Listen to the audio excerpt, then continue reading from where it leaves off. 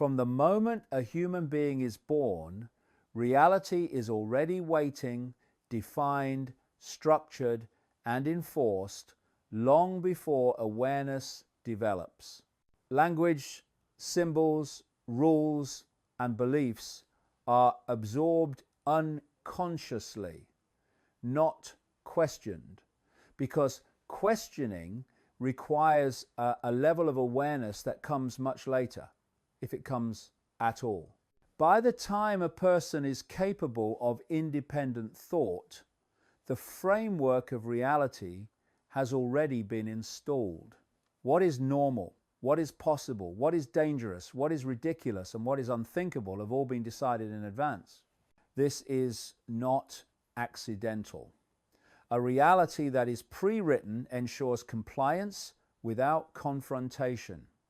People do not resist what they believe is simply the way things are. This program does not feel like control because it does not present itself as control. It presents itself as common sense. Education teaches not how to think, but what conclusions are acceptable. Media does not describe reality, it frames it. Culture rewards conformity and punishes deviation long before law ever needs to intervene. Over time, the program becomes identity. People no longer say, "I believe this." They say, "This is who I am." Once belief becomes identity, it becomes untouchable. To question the program feels like a personal attack, not an act of curiosity. The most effective part of the program is that no one remembers agreeing to it because no one ever did. Consent was never requested. Reality was inherited, not chosen. Children are trained to seek approval, obey authority, and trust external validation. Curiosity is encouraged only within approved boundaries. Anything that challenges the structure itself is labeled dangerous, irresponsible, or insane. This creates a population that believes it is free while living entirely inside invisible limits. According to the long-standing research and worldview of David Icke, reality functions like a mental operating system, filtering what can be perceived and what must be rejected automatically. Anything outside the program is not debated, it is dismissed. This is why the most fundamental questions about existence, consciousness, and power are avoided. Not because they lack evidence, but because they threaten the structure that keeps the program intact. The program is reinforced through fear. Fear of being wrong, fear of being excluded, fear of instability, fear of punishment. Fear narrows perception and locks consciousness into survival mode, where compliance feels safer than curiosity. In this state, people defend the program instinctively, even when it limits them. They mistake obedience for responsibility and submission for realism.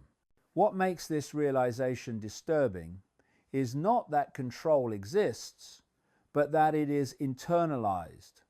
People police their own thoughts, censor their own questions, and ridicule others who challenge the program. External authority becomes almost unnecessary. The system runs itself through belief, habit, and emotional conditioning. This is why control has survived every revolution, every collapse, and every change of leadership. It does not depend on rulers, it depends on perception. This chapter establishes a truth that is difficult to unsee once recognized. Reality is not neutral, it is curated. And a curated reality does not exist to serve humanity, it exists to manage it.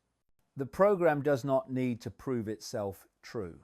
It only needs to remain unquestioned. The moment a person realizes that reality may be programmed rather than absolute, the program begins to weaken. Awareness introduces instability into a system that depends entirely on belief. This book begins at that point where certainty fractures and perception starts to break free. If reality operates like a program, then the most dangerous question is not how it works, but who wrote it. Power is rarely found where people are trained to look for it. Governments, corporations, and institutions are not the source of control, they are interfaces. The real power lies with those who define the limits of perception itself, those who decide what is considered real, possible, acceptable, or insane. Control at this level does not need to issue commands. It shapes the environment in which all decisions are made. When definitions are controlled, outcomes follow automatically. Throughout history, the same small groups appear behind changing empires, religions, and economic systems. Names, flags, and languages change, but hierarchies remain eerily consistent. This continuity suggests design, not coincidence. Ancient symbolism resurfaces in modern institutions. Elite bloodlines reappear across centuries. Knowledge that empowers independent perception is consistently suppressed, while belief systems that demand obedience are promoted. This is not random cultural evolution, it is maintenance of a system. According to the long-standing research and worldview of David Icke, those who write the code of reality are not limited to visible human actors. He argues that non-human or interdimensional forces have influenced humanity for millennia, operating through selected bloodlines, secret networks, and positions of authority. These forces do not rule openly because visibility invites resistance. Instead, they influence consciousness indirectly, shaping belief structures that keep humanity fragmented, fearful, and compliant. This explains why the most fundamental assumptions about reality are rarely questioned.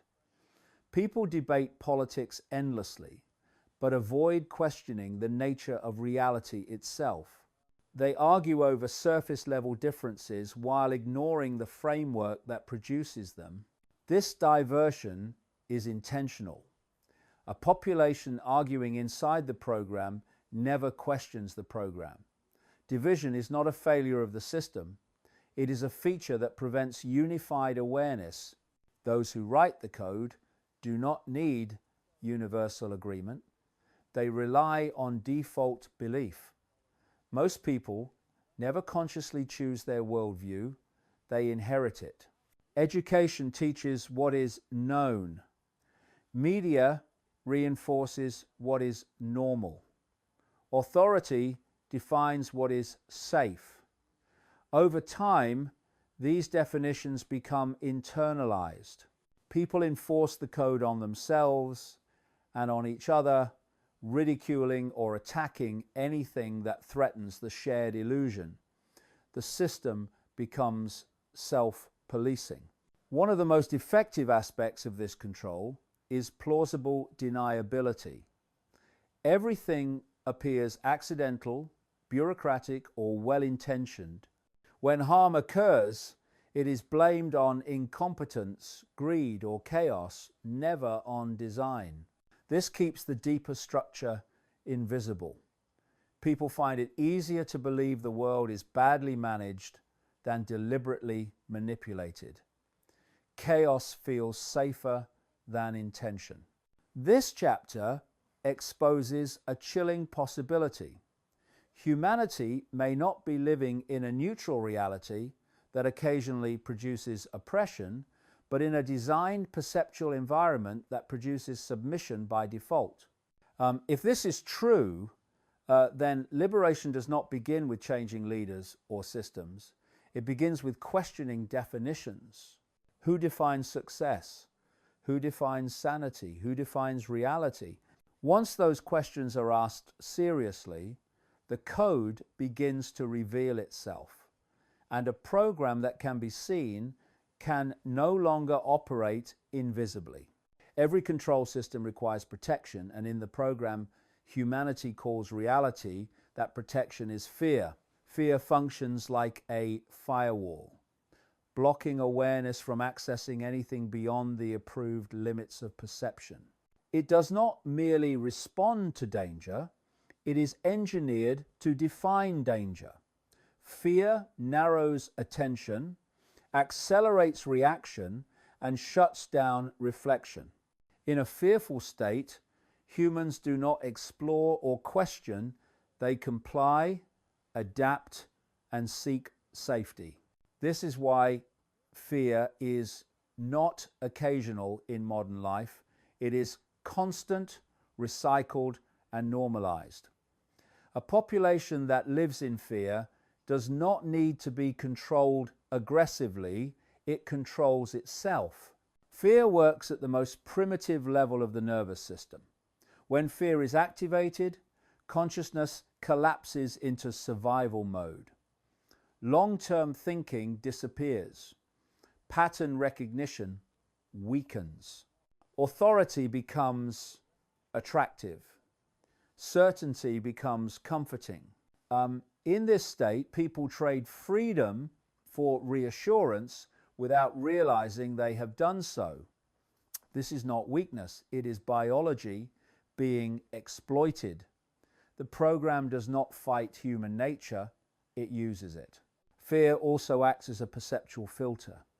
When fear dominates, anything that challenges the program feels threatening, regardless of truth. Questions feel dangerous. Stillness feels uncomfortable. Silence feels unsafe. Fear ensures that awareness never stabilizes long enough to see beyond the surface. This is why modern life is structured to prevent calm observation. Noise, urgency, crisis, outrage, and distraction keep fear cycling continuously. As soon as one fear fades, another replaces it. Resolution is never the goal. Sustained anxiety is. According to the long-standing research and worldview of David Icke, fear is also the emotional frequency that allows hidden controlling forces to remain dominant and unseen. These forces do not need to appear physically.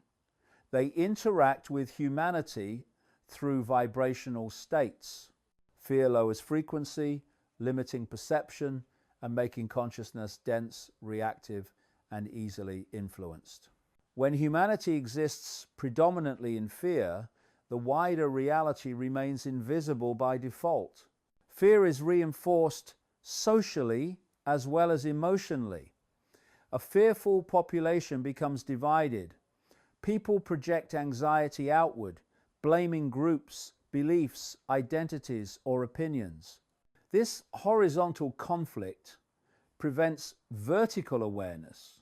While humans argue with each other, they never question the structure creating the emotional climate. Division is not accidental, it is a direct consequence of fear-based programming. Unity would collapse the firewall instantly. One of the most effective aspects of fear is that it feels justified. There are always reasons to be afraid, always evidence to point to, but fear does not need to be false to be manipulative. It only needs to be disproportionate, continuous, and unresolved. When fear becomes a permanent background state, it is no longer recognized as fear. It becomes reality itself. People stop asking why they are anxious and start assuming anxiety is normal. This chapter exposes a deeply unsettling truth. Fear is not the result of a dangerous world. It is the tool used to maintain the illusion of a dangerous world.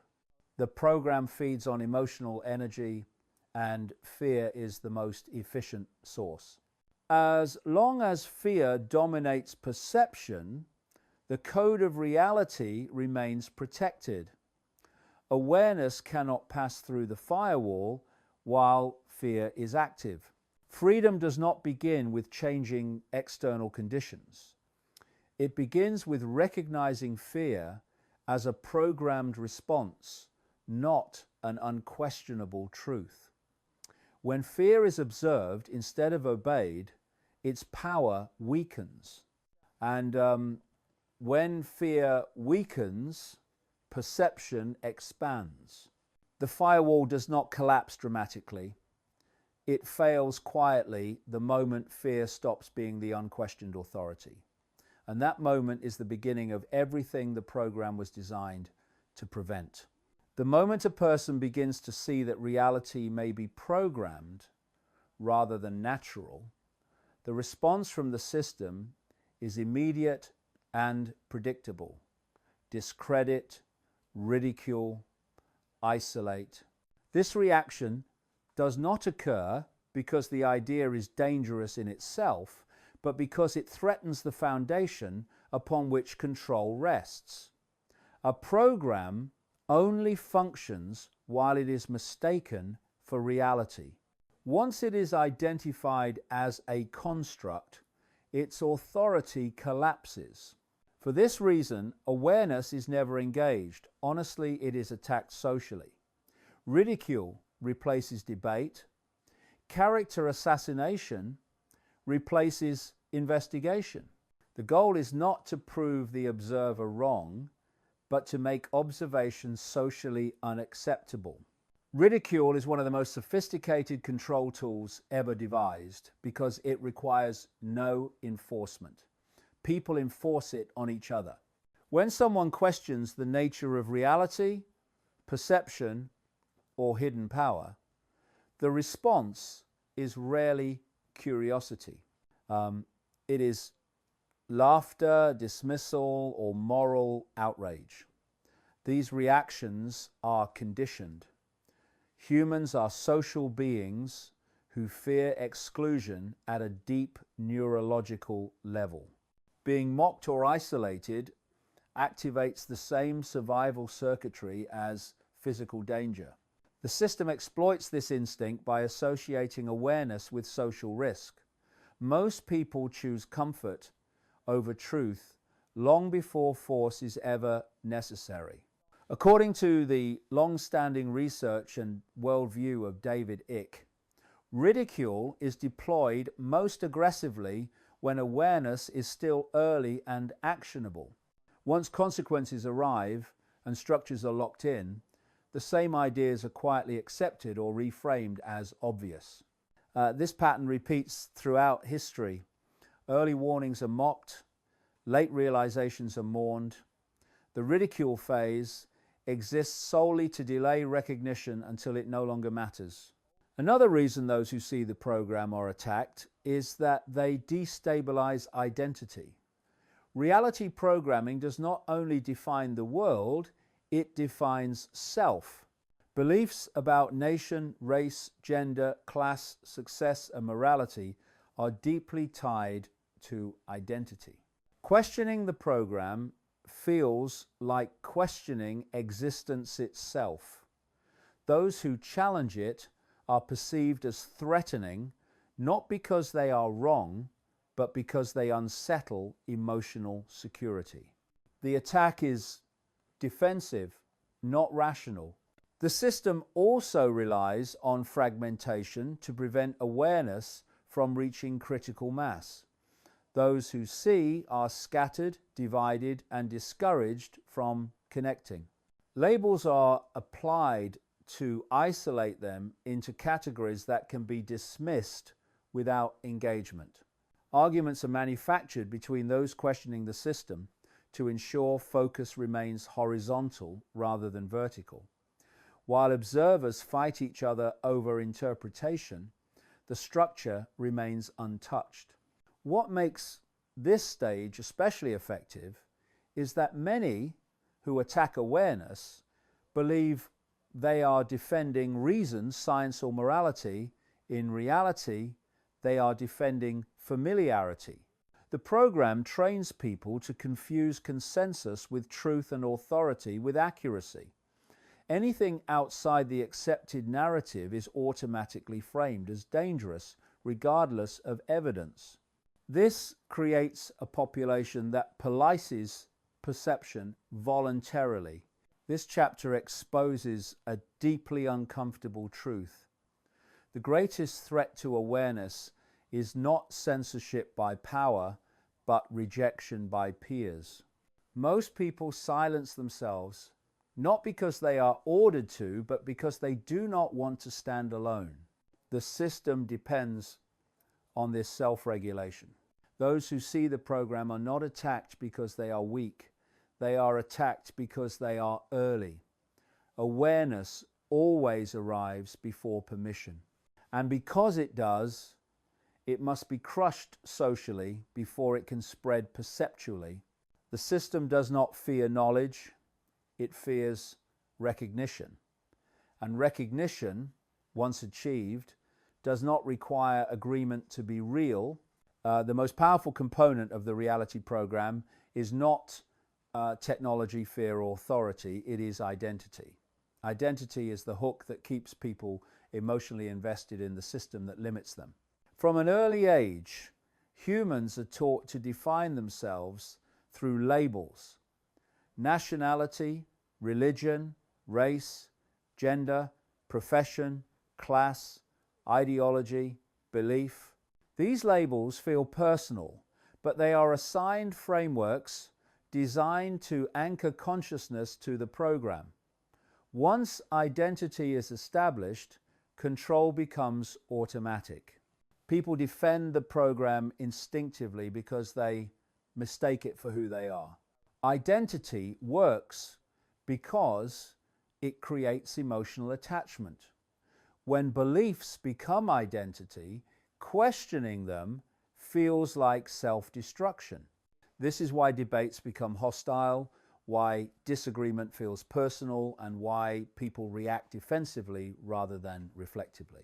The program does not need to enforce obedience when identity does the work. People will fight, argue, censor, and attack on its behalf, believing they are protecting themselves. In reality, they are protecting the structure that confines them. Division is a natural outcome of identity-based control. Each label creates an us and a them. As long as people are busy defending their group, ideology, or status, they never question the system that created those divisions. Conflict remains horizontal, human versus human, while the true source of control remains invisible. This is not a flaw of the system, it is its design. Unity at the level of awareness would collapse the program instantly. According to the long-standing research and worldview of David Icke, identity is the frequency lock that keeps humanity trapped in the perceptual prison. Identity narrows awareness. It tells people what they are allowed to think, feel, and perceive. Anything outside identity feels threatening. This is why people cling to labels even when those labels cause suffering. The fear of losing identity feels worse than the pain of maintaining it. Modern society intensifies this mechanism by turning identity into currency. Social validation, economic access, and moral status are increasingly tied to visible identity performance. People are rewarded for aligning with approved identities and punished for deviating from them. The program does not need to monitor everyone directly. It relies on peer enforcement. Individuals regulate themselves and each other, ensuring conformity without coercion. What makes identity-based control so difficult to escape is that it feels empowering. People believe they are expressing individuality when they are actually reinforcing categories. The illusion of uniqueness masks the reality of standardization. Millions of people repeat the same opinions, defend the same narratives, and experience the same emotional reactions while believing they are acting independently. Identity provides belonging at the cost of awareness. This chapter reveals a disturbing truth. Submission is not forced, it is performed. Every time a person reacts from identity rather than awareness, the program is fed. Emotional energy, conflict, fear, and division sustain the system far more effectively than obedience ever could. Control no longer needs chains when it has identification. Freedom begins when identity is seen as a construct rather than a self. Awareness does not erase individuality. It transcends labels. When people stop defining themselves through the program's categories, its influence weakens. The system cannot control what it cannot categorize, predict, or emotionally provoke. Identity is the program's strongest defense, and letting go of it is the most radical act imaginable. The reality program does not collapse through force, revolution, or confrontation, because all of those responses still operate inside the program's logic. Anger feeds it. Fear energizes it. Opposition gives it shape. What truly ends its power is recognition. A program only functions while it is mistaken for reality. The moment it is seen as a construct, its authority weakens.